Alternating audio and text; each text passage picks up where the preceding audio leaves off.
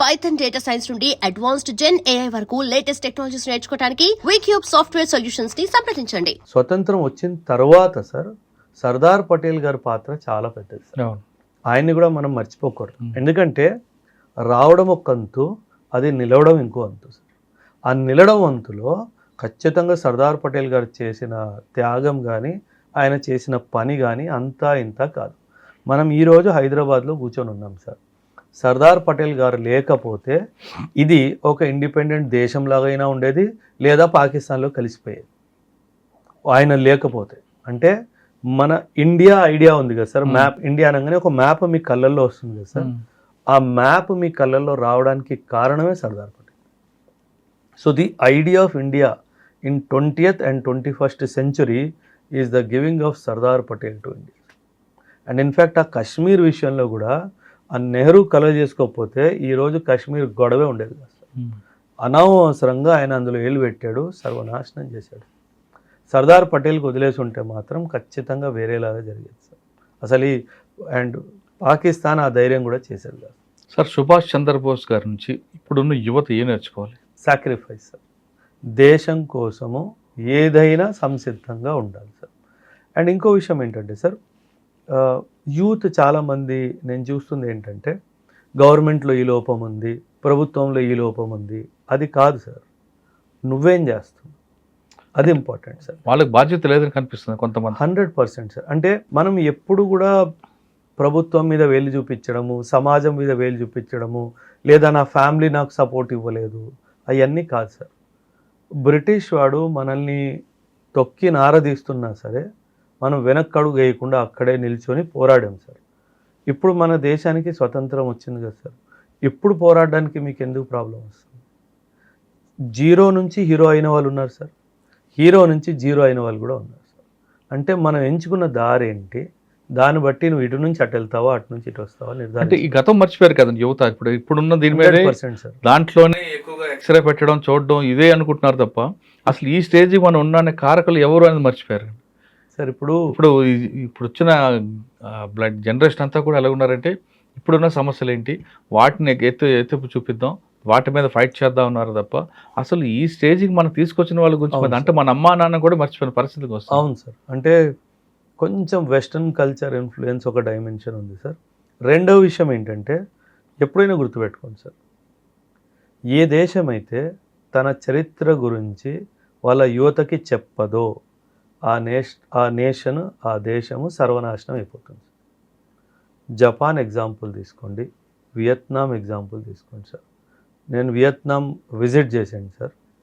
Road మీద 10 సంవత్సరాల బాలుడు ఆడుకున్నవాడు, వాడిని ఆపి నీ నేషనల్ హీరోస్ ఎవడరా అంటే వాడు టకటక అన్ని పేర్లు చెప్తాడు. మన చేసి చూడండి సార్, మహా అయితే గాంధీ, మహా అయితే బోస్, ఇది ఈ పేర్లు తప్పితే ఇంకొందరు తప్పు పేర్లు కూడా తీసుకుంటారు. ఆయన అదే మీరు సినిమా హీరో గురించి అడగండి, అన్నీ చెప్తారు సార్.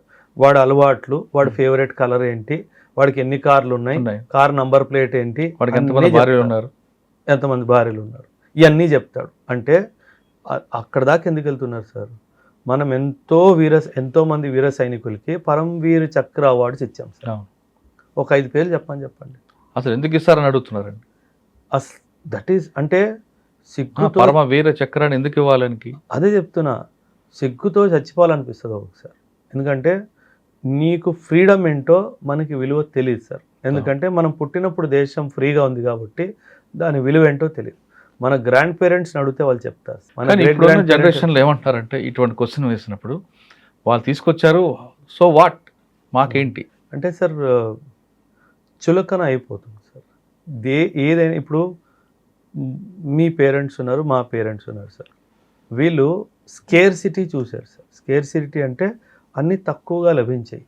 అందుకే పెద్దవాళ్ళు మీరు చూడండి, ఒక పాత కుర్చీ అయినా పాత టేబుల్ అయినా దాన్ని భద్రతగా ఉంచుకుంటారు. కొత్త కల్చర్ ఏంటి, ఇది పాత పడిపోయింది మార్చేద్దాం అంటే.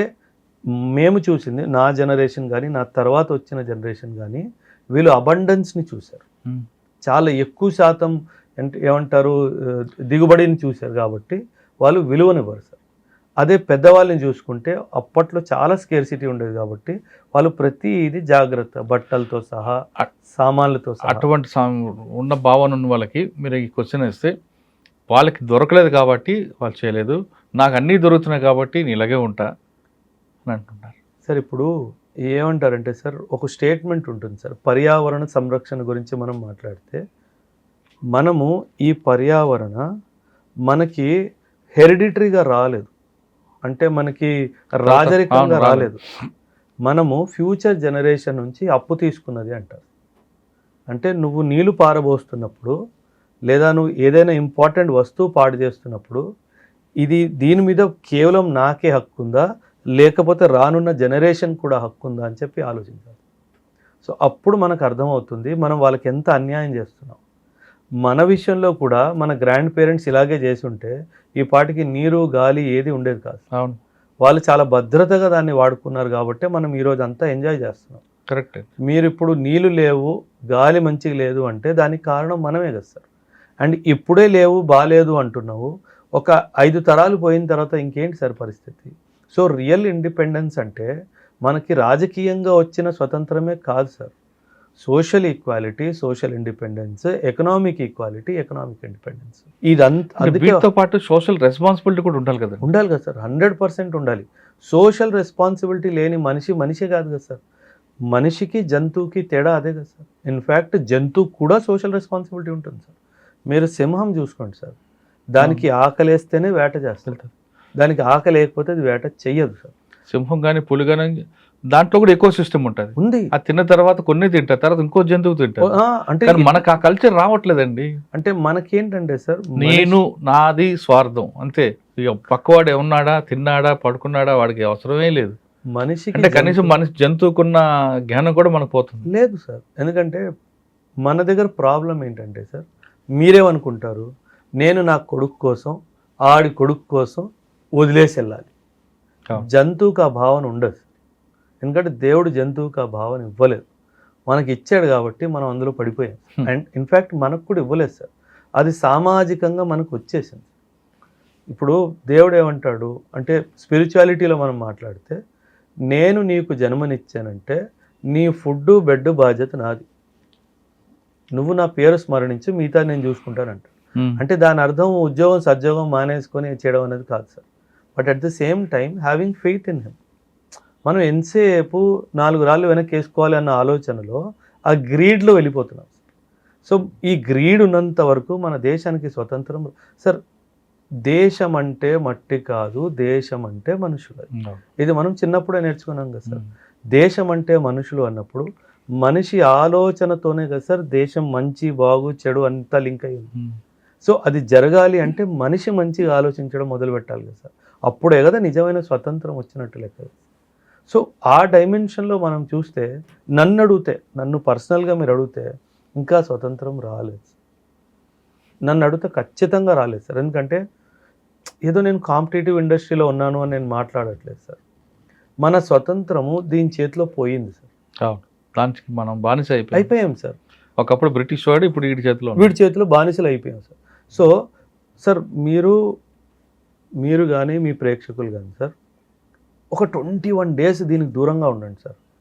21 రోజులు మాత్రమే మీ మైండ్ ఎంత క్లియర్ అయిపోతుంది, హెల్త్ ప్రాబ్లమ్స్ సాల్వ్ అయిపోతాయి, ఫ్యామిలీ ప్రాబ్లమ్స్ సాల్వ్ అయిపోతాయి, నీ మైండ్ ఎంత డీక్లటర్ అయిపోయి పీస్ అయిపోతావో. మీరు 21 రోజులు అంటున్నారు, 1 గంట ఉండమని చూద్దాం సార్. లైఫ్ మారిపోతుంది సార్, నన్ను నమ్మండి సార్, కంప్లీట్గా లైఫ్ మారిపోతుంది. అంటే మేము ఉండడం సరికదా, మా పిల్లలు కూడా అలవాటు చేస్తాం. మొబైల్ చేతులు ఇవ్వకపోతే వాడు తినడు సార్. వాడు తినట్లేదు, తల్లిదండ్రుల మిస్టేక్ అది. చిన్నపిల్లడు వాడికి ఊహో తెలియదు, వాడి చేతిలో ఫోన్ ఉందని వీళ్ళు సంబరపడతారు, వాడు ఏదో హెలికాప్టర్ ఏదో సృష్టించినట్లుగా. సార్ ఇంకా ఆ టాపిక్ వచ్చి ఇప్పుడు మనం పాకిస్తాన్ బలూచిస్తాన్ వాళ్ళిద్దరి మధ్యన వివాదం, మధ్యన టర్కీ కూడా అనేట్లుంది. అసలు ఆ మొత్తం సబ్జెక్ట్ ఏంటి సార్ అది? Sir Pakistan, Turkey, Saudi Arabia వీళ్ళు ముగ్గురు ఒక కూటమిని ఎస్టాబ్లిష్ చేసుకున్నారు సార్. వీళ్ళ ఆలోచన ఏంటంటే, అంటే ఇక్కడ అవసరం ఎవరిది చూడాలి సార్. అవసరం సౌదీ అరేబియా వాడిది, ఎందుకంటే ఇరాన్తో గొడవ పెట్టుకున్నాడు కాబట్టి. ఇరాన్ ఒక చాలా పవర్ఫుల్ మిలిటరీ కంట్రీ లాగా బయటకు వచ్చింది సార్ ఇప్పుడు. ఎందుకంటే ఒకవైపు అమెరికాని, ఇంకోవైపు ఇజ్రాయిల్ని అందరినీ కలిపి కొట్టింది సార్. ఫిబ్రవరి 28 నాడు స్టార్ట్ అయిన వారు ఇప్పటికొచ్చి అమెరికా ఏనాడు విజయం నాది అని చెప్పుకోలేని పరిస్థితి ఉంది. కానీ ప్రతిసారి విజయం నాదే అని వాడు చెప్పుకున్నాడు. అంటే ఒక్క దేశము మిడిల్ ఈస్ట్లో అమెరికా ఇజ్రాయెల్ని కల్పించి ఓడిచ్చింది అన్నది లెక్క. ఇప్పుడు సౌదీ అరేబియా వాడు పక్కనే ఉంటాడు కాబట్టి వాడు భయంగా ఉంటాడు కదా సార్. సో పాకిస్తాన్తో లాస్ట్ ఇయరే చేతులు కలుపుకున్నాడు సార్. వీళ్ళు పీస్ ప్యాక్ట్, డిఫెన్స్ ప్యాక్ట్ అని చెప్పేసి కిందటి సంవత్సరమే సైన్ చేసుకున్నారు. కాకపోతే సౌదీ అరేబియా వాడికి అర్థమైంది ఏంటంటే పాకిస్తాన్ వాడితో మనకి ఏ లాభం లేదు, వాడి దగ్గర ఏం లేదు. వాడు ప్రతిసారి మన దగ్గరకు వచ్చినప్పుడల్లా చిప్ప తీసుకొని వస్తున్నాడు, డబ్బులు కావాలంటున్నాడు తప్పితే మన కోసం ఏం చెయ్యట్లేదు. సో పాకిస్తాన్ వాడు ఒక్కడే మనకి సరిపోడు, ఇంకో దేశం కావాలి. ఇంకా మిడిల్ ఈస్ట్లో కానీ ఇస్లామిక్ కంట్రీస్లో చూసుకుంటే ఇంకెవడూ మిగలలేదు. ఆబ్వియస్లీ టర్కీయే మిగిలింది. సో ఇప్పుడు టర్కీతో చేతులు కలుపుకుంటారు. ఎందుకంటే సార్ అమెరికా ఇప్పుడు ఆయుధాలు ఇచ్చే పరిస్థితిలో లేదు సార్. అమెరికా దగ్గర ఆయుధాలు లేవు సార్. అమెరికా యూక్రెయిన్కి ఇవ్వడానికి ఆయుధాలు లేవు సార్. ఇంక సౌదీ అరేబియాకి ఎక్కడి నుంచి ఇస్తుంది? సో ఆయుధాలు ఎక్కడి నుంచైనా రావాలి కదా. ఎక్కడి నుంచి రావాలి? టర్కీ నుంచి వస్తాయి. ఎందుకంటే చైనా నుంచి రాలేవు, అమెరికాకి విరుద్ధము. రష్యా నుంచి రాలేవు, అమెరికాకి విరుద్ధము. And sir America is the security provider to Saudi Arabia. Saudi అరేబియాకి సెక్యూరిటీ అందించేదే అమెరికా. సో అమెరికా దగ్గర ఆయుధం లేదు అంటే వాడు ఇంకెక్కడికైనా వెళ్ళాలి కదా. సో ఇంకెక్కడికి వెళ్తాడు? ఆబ్వియస్లీ టర్కీ ఒకే దేశం మిగిలిపోయింది, వాడి దగ్గరికి వెళ్తాడు. సో టర్కీ నుంచి ఆయుధం వస్తుంది, పాకిస్తాన్ నుంచి సోల్జర్ వస్తాడు, నా బార్డర్స్ని ప్రొటెక్ట్ చేసుకుంటాడు. అంటే ఒక్క మాటలో చెప్పాలంటే కాంట్రాక్ట్ ఇచ్చేసాడు సార్.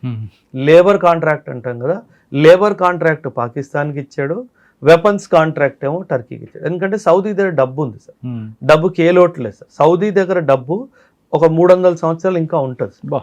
సో వాడికి డబ్బుకి లోటు లేదు కాబట్టి వాడు ఎవడైనా అంటే మనం కాపలాకి వాచ్మెన్ పెట్టుకున్నట్టు పాకిస్తాన్ని వాచ్మెన్లా పెట్టుకున్నాడు.